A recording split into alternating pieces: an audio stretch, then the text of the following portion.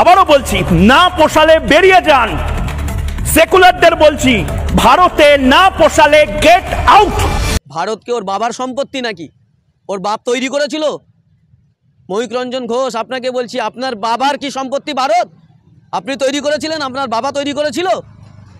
আমি আপনাকে বলছি, শুনলাম মহিক রঞ্জন ঘোষ আপনি নাকি বাংলাদেশি মাল। আমি শুনেছি যে আপনি নাকি বাংলাদেশি মাল। যদি এটা প্রমাণিত হয়, মহিক রঞ্জন ঘোষ আপনাকে বলছি, আপনাকে পশ্চাৎবাদে লাথি মেরে বাংলাদেশে পাঠাবো। যদি এটা প্রমাণিত হয়, আপনার পশ্চাৎপদে লাথি মেরে বাংলাদেশে পাঠাবো।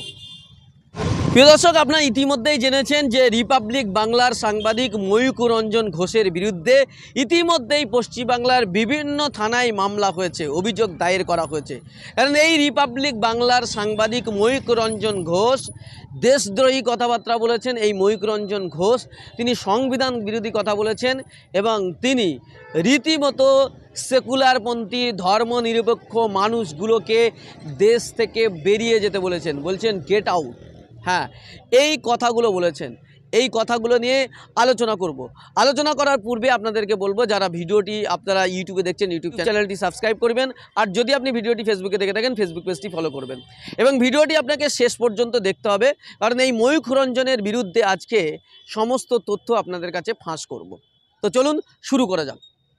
মহিক রঞ্জন ঘোষের যে ভিডিওটি নিয়ে আলোচনা করছি, সেই ভিডিওটির কিছু অংশ আপনাদেরকে শোনাবো। একই বৃন্ত দুইটি কুসুম, কিসের কুসুম? কিসের কুসুম? প্রথমে শুনলেন যে ভিডিওটির প্রথমে সে বলছে একই বৃন্দে দুইটি কুসুম, কিসের কুসুম? আপনারা জানেন স্বাধীনতা সংগ্রামী বিদ্রোহী কবি, ইংরেজদের বিরুদ্ধে যিনি বিদ্রোহ ঘোষণা করেছিলেন, তাই তাকে বিদ্রোহী কবি বলা হয়। সেই বিদ্রোহী কবি কাজী নজরুল ইসলাম বলেছিলেন হিন্দু মুসলিম ঐক্যের জন্য যে মোরা এক বৃন্দে দুইটি কুসুম, হিন্দু মুসলমান, মুসলিম তার নয়নমণি, হিন্দু তার প্রাণ। আর এই ঐক্যের আহ্বানকে কবি নজরুল ইসলামের, কবি কাজী নজরুল ইসলামের এই ভ্রাতৃত্ব বন্ধনের আবদ্ধটাকে, এই কবিতার লাইনকে রীতিমতো ব্যঙ্গ করেছেন এই কালপিট, এই দেশদ্রোহী সাংবাদিক মহিক রঞ্জন ঘোষ। হ্যাঁ, মহিক রঞ্জন ঘোষের কবি নজরুল ইসলামের কবিতা পছন্দ নাও হতে পারে, কিন্তু কবি নজরুল ইসলামকে অপমান করার হিম্মত, সাহস কেউ দেয়নি ওকে। ওকে মনে রাখতে হবে, কবি নজরুল ইসলামকে অপমান করার জন্য ওকে অবশ্যই ক্ষমা চাইতে হবে, না হলে ও কিন্তু এই ভারতবর্ষে, এই পশ্চিমবাংলা থেকে ও ঠিক থাকতে পারবে না। বাংলার সাধারণ মানুষ, ধর্মপ্রাণ, শান্তিকামী মানুষ, কবি সাহিত্যপ্রেমী মানুষ, নজরুল প্রেমী মানুষগুলো কিন্তু ওকে থাকতে দেবে না, সত্য একদম টিকে থাকতে দেবে না। ওর বিরুদ্ধে লড়াই ঘোষণা করবে বাংলার মানুষ। কুলাঙ্গার নজরুল ইসলামের একটা পশমের যোগ্যতা যার নেই, 2 টাকার চাটা সাংবাদিক, সে কিনা কবি নজরুল ইসলামকে কটূক্তি করছে, তার কবিতা নিয়ে সে কথা বলছে। শুধু এখানেই শেষ নাই, সেই দ্বিতীয় পর্বে আরও অনেক কথা বলেছেন। কি বলেছেন শোনাবো আপনাদের। লজ্জা লাগে না? গান্ডে পিণ্ডে এই মুহূর্তে আপনারা গিলবেন, গান্ডে পিণ্ডে ভারতের খাবেন আর ভারতের থালাতে ফুটো করবেন। তিনি বলছেন গান্ডে পিণ্ডে গিলবেন আর ভারতের থালা ফুটো করবেন। কাদেরকে বলছেন উনি? কাদেরকে বলতে চাইছেন বেরিয়ে যান? কে ভারতের খাচ্ছে আর কে ভারতের ফুটো করছে? কাদেরকে বলতে চাইছেন আপনি? ক্লিয়ার করু বলুন, হিম্মত থাকলে আপনি নাম ধরে বলুন কাদেরকে বলতে চাইছেন। আপনি কি মুসলিমদের বলতে চাইছেন, কি শিখদের বলতে চাইছেন, জৈনদের বলছে, কাদের বলতে চাইছেন বলুন? নাকি হিন্দু ভাইদের বলতে চাইছেন? কাদেরকে বলতে চাইছেন আপনি? মহিক রঞ্জন ঘোষ, মুখ সামলে কথা বলবেন। ইতিমধ্যেই আপনার বিরুদ্ধে বিভিন্ন থানায় মামলা হয়েছে, এবার হামলাও হবে। মানুষ কিন্তু হামলাও কতদিন শুরু করে দেবে সেদিন বুঝতে পারবেন না। আপনি অনেক জ্বালিয়েছেন বাংলার মানুষকে, তবে আপনার খুব শীঘ্রই জেলের গারদ আপনার জন্য অপেক্ষা করছে, আপনি কিন্তু তৈরি থাকবেন। চলুন তিনি আর কি বলেছেন শোনাবো। বেরিয়ে যান, বেরিয়ে যান যদি আপনার মনে হয় যে আপনি সেকুলার। আর জবাব চাই বাংলা থেকে বেরিয়ে যান, কাল দেশ থেকে বেরিয়ে যান। বেরিয়ে যান যদি মনে হয় যে আপনি সেকুলার, তাহলে আজ জবাব চাই বাংলা থেকে বেরিয়ে যান, কাল দেশ থেকে বেরিয়ে যান। দেশটা কি মহিক রঞ্জন ঘোষের বাবার দেশ? ধর্মনিরপেক্ষ দেশ। ভারতের প্রস্তাবনায়, সংবিধানের প্রস্তাবনায় ক্লিয়ার করে বলা আছে ভারত ধর্মনিরপেক্ষ দেশ। ভারত কোনো ধর্মের প্রতিনিধিত্ব করে না। আর যদি আপনি এই কথা বলেন যে বেরিয়ে যান, তাহলে মনে হয় সংবিধান বিরোধী কথা বলার জন্য আপনাকে ওই রিপাবলিক বাংলার স্টুডিও থেকে আপনাকে গারদে বেরিয়ে যেতে হবে। ওখান থেকে বেরিয়ে গারদে যান।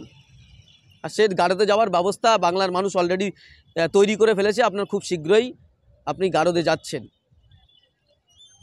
আর কি বলেছেন শোনাবো।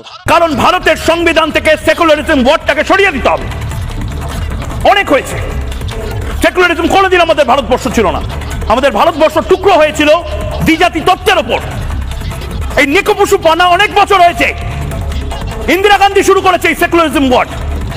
বন্ধ করুন, বদলে দিন। কিসের সেকুলারিজম? বলছে ভারতের সেকুলারিজম শব্দটাকে সংবিধান থেকে তুলে দিতে হবে, বন্ধ করুন। আমাদের দেশে সংবিধান, আমাদের দেশে কোনোদিন সেকুলারিজম ছিল না। আমাদের দেশ কি ছিল? হিন্দু রাষ্ট্র ছিল, ইসলামিক রাষ্ট্র ছিল, নাকি বৌদ্ধ রাষ্ট্র ছিল, নাকি খ্রিস্টান রাষ্ট্র ছিল? কি রাষ্ট্র ছিল? আমাদের দেশ ধর্ম নিরপেক্ষ রাষ্ট্র, ভারতের সংবিধানে বলা আছে। হয়তো সংবিধানে ইন্দিরা গান্ধী ধর্ম নিরপেক্ষ শব্দটা, সেকুলার শব্দটা ঢুকিয়েছেন আইনের বিরুদ্ধে, কিন্তু আমাদের দেশ প্রথম থেকেই ধর্ম নিরপেক্ষ দেশ। যে দেশের প্রথম শিক্ষামন্ত্রী ছিলেন মাওলানা আবুল কালাম আজাদ, যে দেশের প্রথম স্বাধীন প্রধানমন্ত্রী ছিলেন জওহরলাল নেহরু, হ্যাঁ, আর সেই দেশের প্রথম শিক্ষামন্ত্রী ছিলেন মাওলানা আবুল কালাম আজাদ। আর আপনি বলছেন আমাদের দেশটা ধর্মনিরপেক্ষতা ছিল না? ধর্মনিরপেক্ষ আমাদের দেশ ছিল না। কোথায় পেলেন এইসব কথা? কোন স্কুল থেকে পড়াশোনা করেছেন আপনি? কোথা থেকে শিখেছেন এইসব কথা? আপনি সংবিধান পড়েছেন, নাকি নিজের মনে যা ইচ্ছা, গোবর মাথায় রয়েছে, যা ইচ্ছা তাই বলে দিচ্ছেন? আর কিন্তু আপনাকে মানুষ সহ্য করছে না। ইতিমধ্যেই বিভিন্ন থানায়, আগে বলেছি, বিভিন্ন থানায় এফআইআর হয়েছে। এবার কিন্তু আপনাকে গারদে পড়ার সময় এসেছে। গারদে পূর্বে আপনি তৈরি থাকুন। আর কি বলেছে শোনাবো আপনাদের। আবারও বলছি, না পোষালে বেরিয়ে যান। সেকুলারদের বলছি, ভারতে না পোষালে গেট আউট। ওর কত বড় হিম্মত! ও বলছে আমি সেকুলারিজমদেরকে বলছি, সেকুলারদেরকে বলছি, ভারতে না পোষালে গেট আউট। ভারতকে ওর বাবার সম্পত্তি নাকি? ওর বাপ তৈরি করেছিল? মহিক রঞ্জন ঘোষ, আপনাকে বলছি, আপনার বাবার কি সম্পত্তি ভারত? আপনি তৈরি করেছিলেন? আপনার বাবা তৈরি করেছিল? আমি আপনাকে বলছি, শুনলাম মহিক রঞ্জন ঘোষ আপনি নাকি বাংলাদেশি মাল। আমি শুনেছি যে আপনি নাকি বাংলাদেশি মাল। যদি এটা প্রমাণিত হয়, মহিক রঞ্জন ঘোষ আপনাকে বলছি, আপনাকে পশ্চাৎবাদে লাথি মেরে বাংলাদেশে পাঠাবো। যদি এটা প্রমাণিত হয়, আপনার পশ্চাৎপদে লাথি মেরে বাংলাদেশে পাঠাবো। ভারতটা তোমার বাবার সম্পত্তি নাকি? তুমি যাকে তাকে বলবে বেরিয়ে যাও? কে হিম্মত দিয়েছে আপনার? আমরা সেকুলার, আমরা এই দেশটাকে ধর্মনিরপেক্ষ রাষ্ট্র মনে করি, এবং এখানে হিন্দু, মুসলিম, শিখ, ইসাই সব একসঙ্গে মিলেমিশে চলে। এ দেশটা না ইসলামিক রাষ্ট্র, এ দেশটা না হিন্দু রাষ্ট্র, এ দেশটা না বৌদ্ধ রাষ্ট্র, এই দেশটা না খ্রিস্টান রাষ্ট্র। এ দেশটা ধর্মনিরপেক্ষ রাষ্ট্র। এই রাষ্ট্রের কোনো ধর্ম নেই। এখানে হিন্দু, মুসলিম, শিখ, ইসাই, জৈন, বৌদ্ধ সবার বসবাস আছে, সব ধর্মের। ভারতবর্ষের বলা হয় যে বৈচিত্র্যের মধ্যে ঐক্য।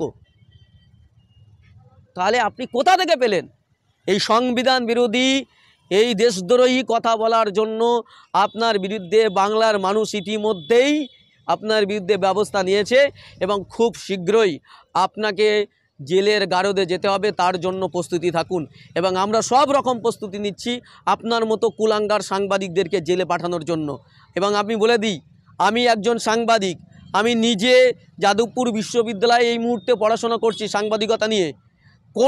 আপনি যা সাংবাদিকতা করছেন, সাংবাদিকতার কোনো এথিক্সের মধ্যে নেই। সব সাংবাদিকতার এথিক্সের বিরুদ্ধে আপনি চলে যাচ্ছেন। আপনার কথা, আপনার কাজ, আপনার প্রেজেন্টেশন সবগুলোই কিন্তু সাংবাদিকতার এথিক্সের বাইরে। আজকে আমি হয়তো আপনাকে লাত মেরে তাড়াবো বলেছি, বাংলাদেশে পাঠাবো বলেছি এই জন্যই। বাংলা ভাষায় একটা প্রবাদ বাক্য আছে, যেমন কুকুর তেমন মুগুর। আপনার মতো কুকুরদের এমনই মুগুর মারা উচিত। সেজন্যই আজকে আমার মতো ছেলেরা এই ভাষায় আজকে কথা বলতে বাধ্য হচ্ছে। আপনাকে অবিলম্বে আপনার কথা তো উইথড্র করতেই হবে, কিন্তু আপনার শাস্তি পেতেই হবে। আপনি যতক্ষণ না শাস্তি না পাচ্ছেন, বাংলার মানুষ কিন্তু শান্ত হবে না।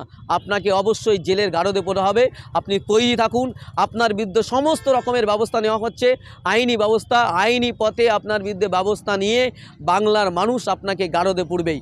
প্রিয় দর্শক, আপনারা যারা এই মুহূর্তে এই ভিডিওটি দেখছেন, ব্যাপকভাবে শেয়ার করুন এবং মানুষের কাছে পৌঁছে দিন, এবং এই কুলাঙ্গার সাংবাদিক ময়ূক রঞ্জন ঘোষকে যাতে প্রশাসন গ্রেপ্তার করতে বাধ্য হয় তার সব রকম ব্যবস্থা করুন, এবং সংবিধান বিরোধী এই দেশদ্রোহী সাংবাদিকের বিরুদ্ধে আপনারা গর্জে উঠুন। এই সন্ত্রাসী সাংবাদিকের বিরুদ্ধে আপনারা প্রত্যেকটা স্তরে বিভিন্ন থানায় মামলা করুন, বিভিন্ন জায়গায় অভিযোগ দায়ের করুন, আপনারা মিটিং মিছিল প্রতিবাদ সভা তৈরি করুন। একে অবিলম্বে গ্রেপ্তার করতে হবে, এই দাবি আওয়াজ আপনারা তুলুন। আপাতত এখানে শেষ করছি, দেখা হচ্ছে অন্য কোনো এপিসোডে। ততক্ষণ ভালো থাকবেন, সুস্থ থাকবেন, ধন্যবাদ।